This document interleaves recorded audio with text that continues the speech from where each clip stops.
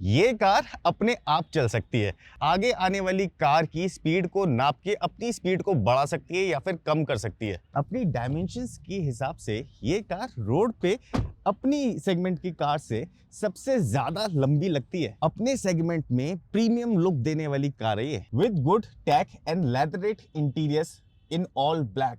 ये जो इंटीरियर है यही है इस कार की जान, ऑटोमेटिक ट्रांसमिशन के साथ। और एक गुड लुकिंग टेक्नोलॉजी वाली कार स्टार्ट हो जाती है 10,90,000 रुपए से। आज मेरे पास है किया की तरफ से आने वाली Seltos GT line special variant, और ये अपने सेगमेंट में इस पैसों के अंदर इतने सारे फीचर्स दे रही है, इतनी सारी टेकी एडास लेवल 2 दे रही है जो कि आपको और ब्रांड्स नहीं दे रहे। तो चलो इसको एक्सप्लोर करते हैं, देखते हैं कि कार में कितना दम है। क्योंकि ये जीटी लाइन स्पेशल मॉडल है इसलिए इसकी स्टार्टिंग आज करेंगे हम इंजन से। तो ये जो इंजन आप इस वक्त देख रहे हो ये एक टर्बोचार्ज पेट्रोल इंजन है।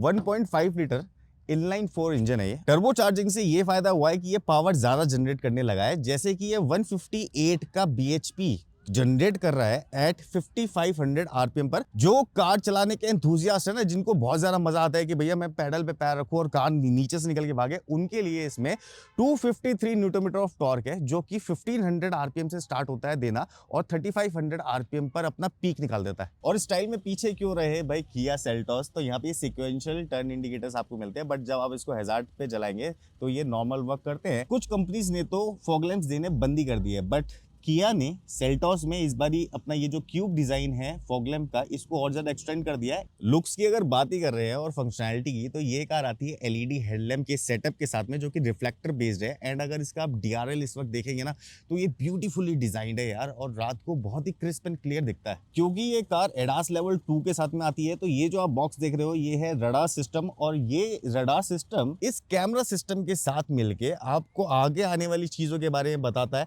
कि भैया कितनी स्पीड पे वो है और हमें कब ब्रेक लगानी है। और ये ऑटो ब्रेक भी कर सकती है। इट मींस कि अगर आपका ध्यान नहीं है और आपने फीचर ऑन किया हुआ है, तो अगर आपके आगे एकदम से कोई आ जाएगा तो कार अपने आप को स्टॉप कर लेगी। और इसमें आपको 360 व्यू भी मिलता है, जो कि rear camera, left mirror, right mirror, front कैमरे के साथ मिलके आपको क्लैरिटी देता है कि साइड्स में कौन है, आगे कौन है और पीछे कौन है। 18 inches newly design alloy wheel, जिसका की साइज है 215/55 R18, यूएक्स रेसिंग जेके टायर के साथ मिलता है। क्योंकि पावर ज्यादा है तो ब्रेकिंग पावर भी ज्यादा ही चाहिए, तो ये 4 डिस्क ब्रेक सेटअप के साथ में आती है। ग्राउंड क्लियरेंस ऐसी कि अगर आपके घर में बुजुर्ग हैं और लेडीज हैं तो उनको कार के अंदर बैठने में कोई प्रॉब्लम नहीं होगी, डायरेक्ट वो बैठ सकते हैं।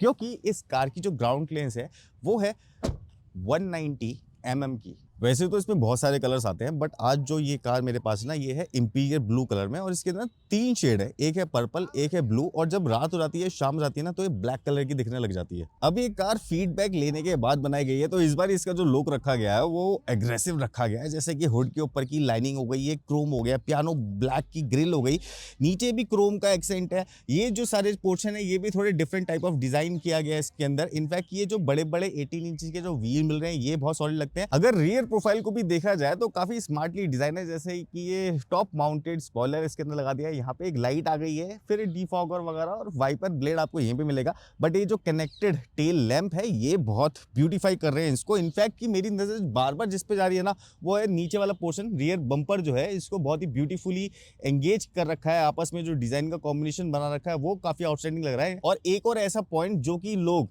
थोड़ी सी रेसिंग या फिर थोड़ी सी एग्रेसिव कार चाहते हैं, पीछे से गुड लुकिंग, उन लोगों के लिए यहाँ पे ये डुअल टिप एग्जॉस्ट इन लोगों ने दिए दिए इस बारी, कि आप एक ऐसी फैमिली एसयूवी के अंदर बैठ के चल रहे हैं, बट जब आप इसका स्पोर्ट्स मोड लगाएंगे और जब आप इसको चलाएंगे और आप जब लोग आपको रोड पे भी देखेंगे तो उनको एक कार पीछे से भी बहुत खूबसूरत लगनी चाहिए। बट फैमिली एसयूवी हुई और उसके अंदर बूट स्पेस अच्छा नहीं मिला तो फिर क्या ही बात रह गई। तो इसमें काफी अच्छा सा मेरे को तो सही लगा, क्योंकि इसके अंदर 2 बड़े बड़े जो हमारे लगेज बैग्स होते हैं वो आ सकते हैं, लूज आ सकता है इसके अंदर सामान। इनफैक्ट कि इसमें यहाँ पे भी इतनी सारा स्पेस है कि आप छोटा मोटा सामान अपने नीचे की तरफ रख सकते हैं। और अगर स्टेपनी व्हील की बात करूँ तो स्टील व्हील इसके अंदर मिलता है, विद टूल किट यहाँ पे है। बट अगर नंबर्स की बात करें तो 433 लीटर की इसके अंदर बूस्ट स्टोरेज आपको मिल जाती है। ड्राइविंग सीट पे बैठने से पहले, क्योंकि वो बहुत इंटरेस्टिंग चीज है, मैं दिखाना चाहता हूँ जहाँ पे हम अपनी फ्रेंड्स एंड फैमिली को बिठाते हैं। पीछे काफी अच्छा खासा स्पेस है, लेग रूम काफी अच्छा खासा मिलता है आपको। अभी ये सीट मैंने एक एवरेज इंडियन 5.5 के हिसाब से एडजस्ट कर रखी है आगे, तो लेग रूम जो है काफी अच्छा खासा है यहाँ पे। तो हेड रूम भी काफी अच्छा खासा है, जबकि ये सनरूफ वाली कार है, पैनोरामिक सनरूफ मिलता है। इनफैक्ट कि रियर पैसेंजर के लिए यहाँ पे आपको cup holder and arm rest भी मिलता है यार। पीछे बैठने वाले तीनों ही पैसेंजर के लिए हेडरेस्ट मिल जाते हैं। कार में बैठा हुआ हर एक इंसान अच्छी वाली सांस ले, उसके लिए इस कार में है एयर प्यूरिफिकेशन, जो कि डिजिटल कंसोल के साथ में आती है। आप फैन स्पीड इसकी एडजस्ट कर सकते हैं।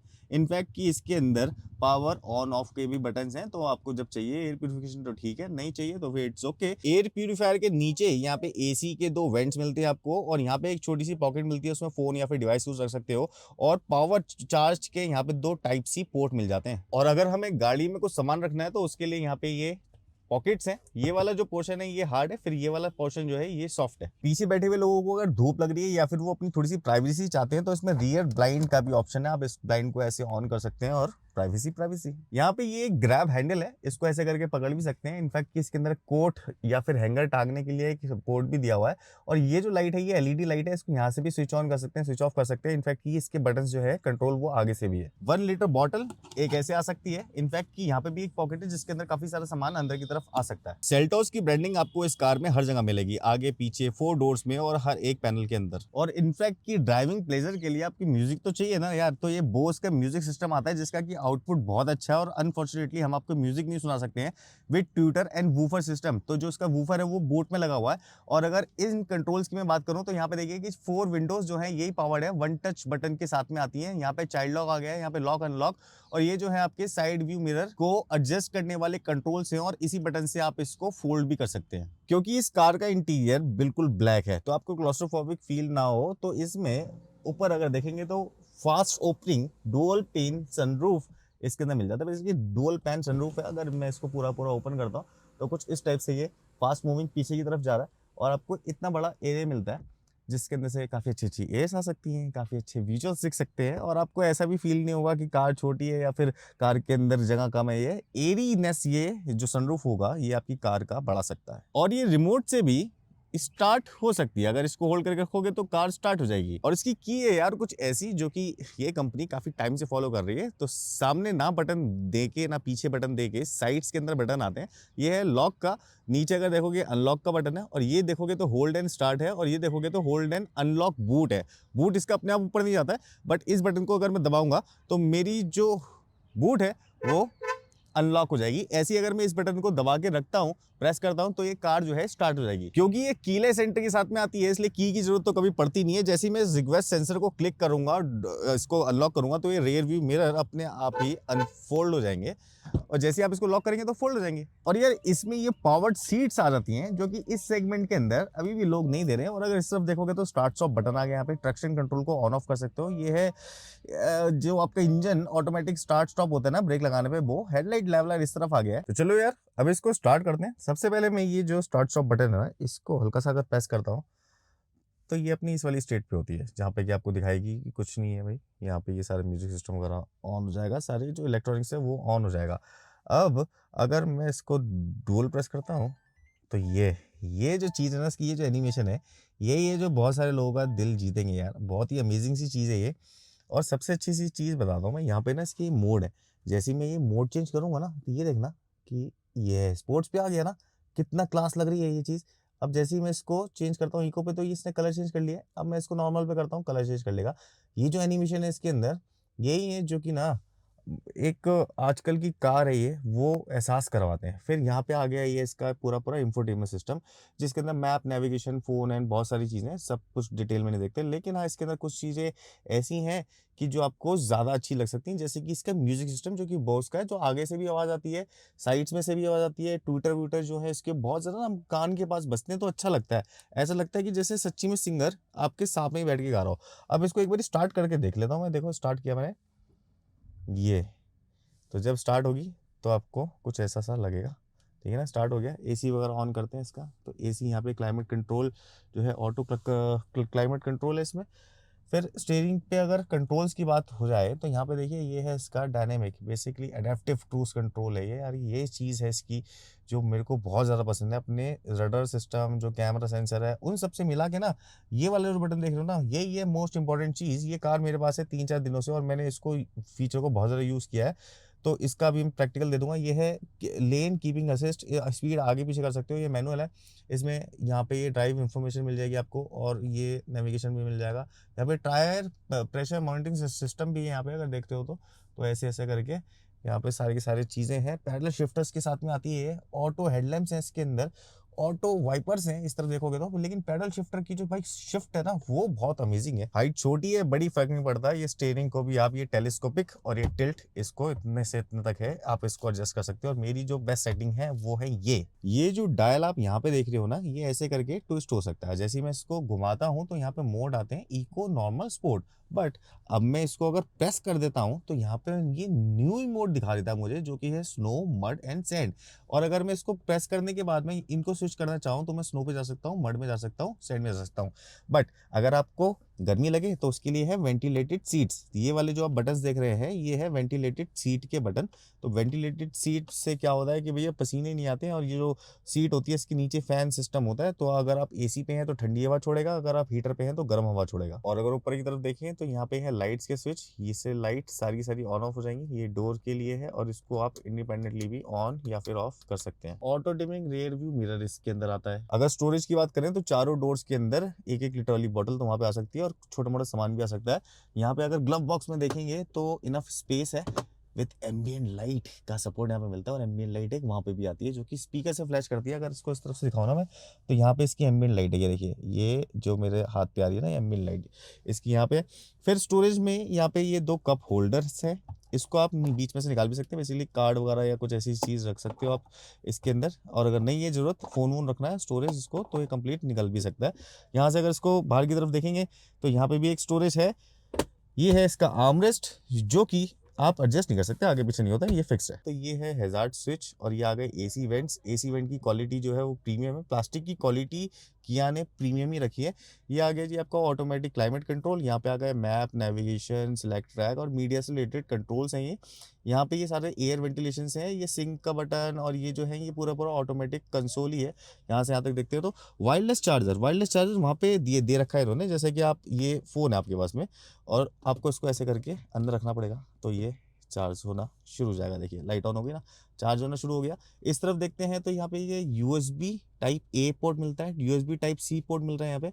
और इस तरफ देखोगे तो 12 वोल्ट का सॉकेट मिलता है। यहाँ पे अगर बटन्स देखते हैं तो वेंटिलेटेड सीट के नीचे पार्किंग असिस्ट वगैरह आ जाता है। और ये आपका कैमरा का यहाँ पे एक डेडिकेटेडली बटन दिया हुआ है, बट आपको ड्राइव मोड पे डालना पड़ेगा या रिवर्स मोड पे आप हो। जैसे ही आप ये बटन प्रेस करेंगे, देखिए प्रेस किया और यहाँ पे ये कैमरा ऑन हो गया। तो अभी मैं यहाँ पे खड़ा हूँ, ये है इसका 360 और ये है इसका जो फ्रंट कैमरा दिखा रहा है। ऐसे करके आप इसकी पोजीशंस वगैरह चेंज कर सकते हैं कि आपको कौन सी कैमरे से व्यू एंगल चाहिए। अगर अभी तक आपने ये वीडियो देख लिया, इट मींस कि आप इस कार में काफ़ी इंटरेस्टेड हैं। और मैं इस वक्त आया हुआ हूँ दिल्ली मुंबई एक्सप्रेसवे पे मुंबई जाने के लिए इस कार से। बट हम पूरी तरह से मुंबई नहीं पहुंचेंगे क्योंकि हमें सिर्फ इसको टेस्ट करना है। तो अभी जो इसके ऑटोनोमस फीचर है ना, वो डिटेल में देखते हैं कार में बैठ के कि ये एक्चुअल कैसे काम करते हैं यार। और अगर आपने यहाँ तक देख ही लिया तो लाइक और सब्सक्राइब भी कर ही दीजिए। चलो कार के अंदर ओके स्टार्ट करते हैं। अब इसको 0 to 100 देखते हैं डिफरेंट टाइप ऑफ मोड्स में। जैसे कि मेरे पास में 3 मोड्स हैं इसमें। तो अभी जो है ये इको पे लगी हुई है। इको पे सबसे पहले चेक करते हैं कि कितनी देर में जाती है। ओके 3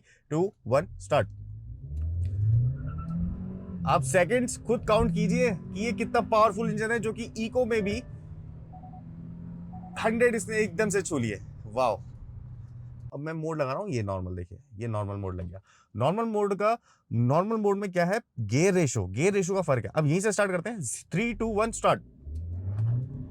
ओ भाई क्या तो पंच देती है यार ये कार, वाह।